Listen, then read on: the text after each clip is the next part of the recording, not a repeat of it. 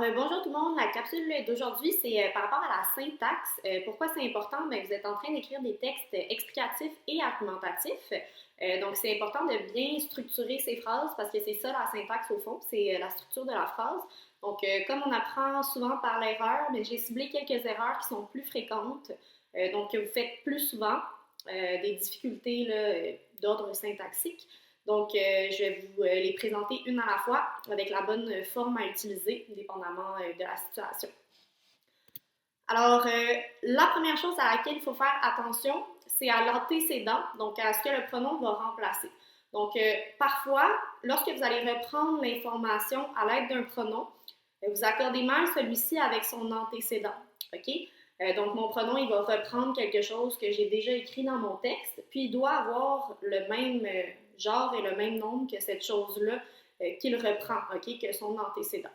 Par exemple, dans la phrase suivante, aujourd'hui, toutes ces personnes sont toujours indécises. Ils ne savent pas qui d'Horatio ou de François est le plus attachant. Ici, c'est le genre de faute que je vois vraiment souvent dans vos textes.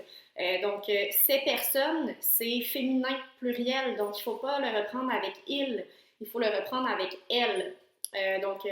Comme dans l'exemple suivant, aujourd'hui, toutes ces personnes sont toujours indécises. Elles ne savent pas qui d'Horatio ou de François est le plus attachant. Donc, ça, c'est l'antécédent, ce que le pronom remplace. Il faut vraiment faire attention quand vous utilisez un pronom. Mes élèves de 4, on l'a vu la semaine passée avec le tout. Parfois, ben, il va falloir l'accorder là, dépendamment de son antécédent. Donc, c'est toujours la même chose, peu importe le pronom. Ensuite, il faut faire attention aux phrases subordonnées sans verbe principal. Quand je vous parle de la subordonnée, je vous dis toujours qu'une phrase subordonnée, c'est comme le Québec. Ça aimerait ça être indépendant, mais ça ne peut pas l'être. Donc, la phrase subordonnée, elle dépend toujours de sa phrase matrice. Elle ne peut pas être seule dans un texte. Il faut absolument qu'elle soit accompagnée d'une phrase matrice. Donc, bien qu'elle contienne un sujet et un verbe, c'est pas une phrase en soi. Donc, on ne peut pas la laisser seule, comme dans l'exemple suivant. Quand la nuit tomba, point, ben, c'est pas une phrase. Ici, c'est plus un complément de phrase.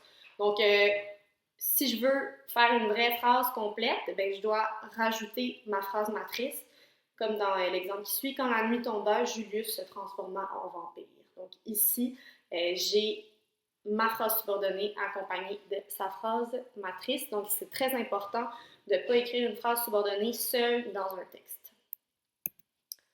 Ensuite, quand on parle de subordonnée, plus précisément la subordonnée relative, il faut faire très attention au choix du pronom relatif.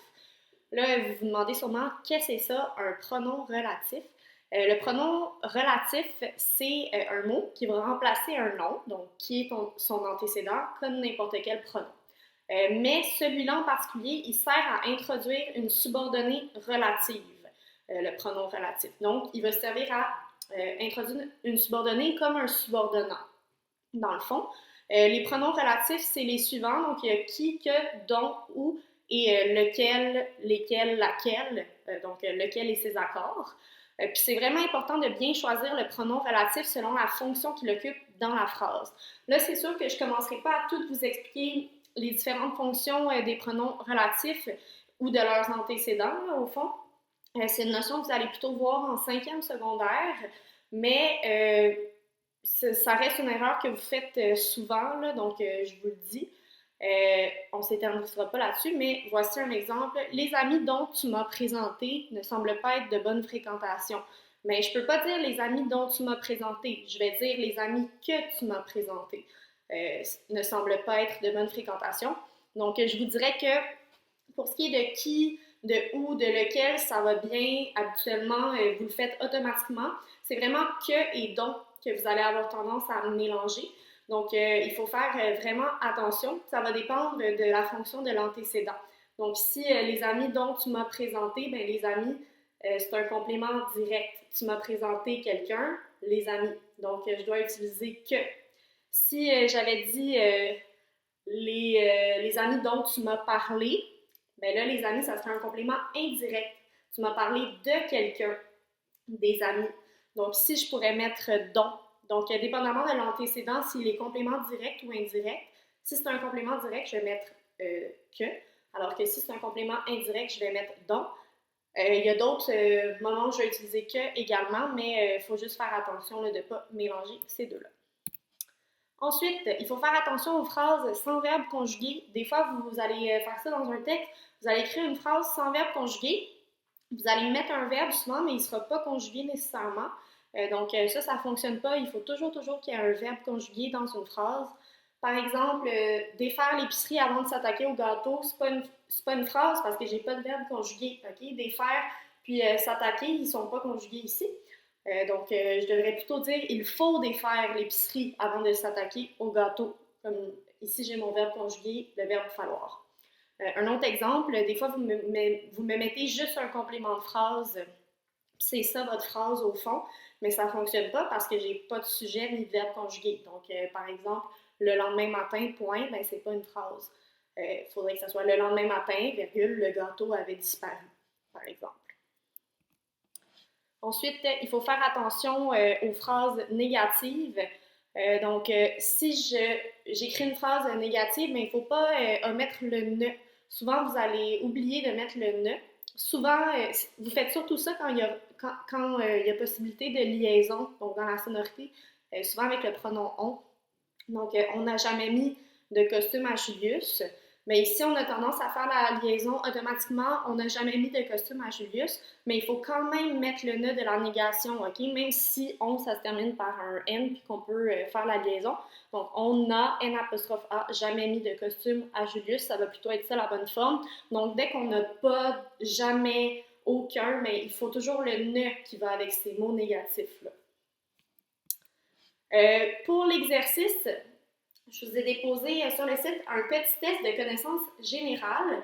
Je sais qu'aujourd'hui, je vous ai seulement parlé de syntaxe, mais c'est par rapport aux fautes les plus communes en général. Donc, la première section, c'est sur les participes passés. Les élèves de 4, c'est une notion qu'on a déjà vue en capsule, donc vous pouvez aller revoir la vidéo si jamais c'est un peu loin pour vous. Les élèves de 3, je vous publie la vidéo sur les participes passés si vous avez besoin de la regarder aussi. Donc, la première section, c'est seulement des erreurs de participes passés. Faites attention, c'est pas dans toutes les phrases qu'il va y avoir des erreurs. Ensuite, la deuxième partie, c'est sur la syntaxe, donc ce qu'on vient de voir dans cette vidéo-là. Puis finalement, la dernière partie, c'est sur l'orthographe d'usage. Il n'y a pas vraiment de théorie par rapport à l'orthographe d'usage. Le truc, c'est vraiment de regarder dans le dictionnaire. Donc, je vous ai mis des phrases dans lesquelles il y a des erreurs, il y a d'autres phrases où il n'y en a pas. Ce que je veux pas que vous fassiez, c'est de deviner juste comme ça. Ah, ce mot-là me semble que ça s'écrit pas comme ça, puis de l'écrire différemment sans vérifier, parce qu'il y en a beaucoup qui ont tendance à faire ça.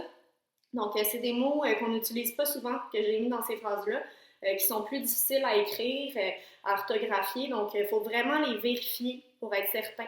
OK? Donc, que je n'envoie pas le corriger au hasard sans se vérifier. Là, ça va être important de le vérifier.